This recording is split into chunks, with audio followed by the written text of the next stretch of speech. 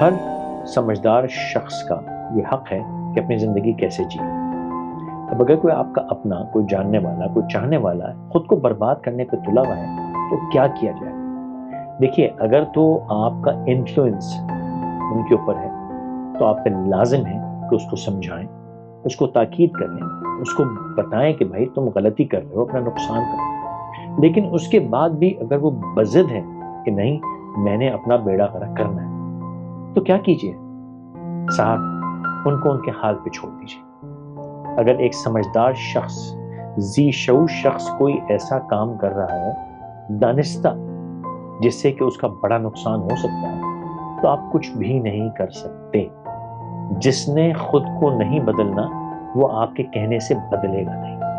کہنا بڑا آسان ہے، کرنا بہت مشکل، کیونکہ تکلیف ہوتی ہے جانتے ہوئے کہ اپنا کوئی اپنا نقصان کر رہا ہے۔ لیکن جب تک وہ ٹھوکر نہیں کھائے گا، اور ٹھوکر کھانے کے بعد انشاءاللہ نقصان کوئی نہ ہو، اللہ کرے اس کا، اور پھر جب وہ پلٹ کے آپ کے پاس آئے گا کہ بھائی میری مدد کرو، مجھے کچھ سمجھاؤ، پھر جب آپ سمجھائیں گے تو پھر اس پہ اثر ہوگا۔ لیکن اس سے پہلے آپ لاکھ اس کو سمجھائیں، اس کو کوئی فرق نہیں پڑے گا۔ تو یہ انسان کی ترقی، انسان کی ارتقاء کا حصہ ہے کہ خود اپنے حصے کی غلطیاں کرے اور سیکھے۔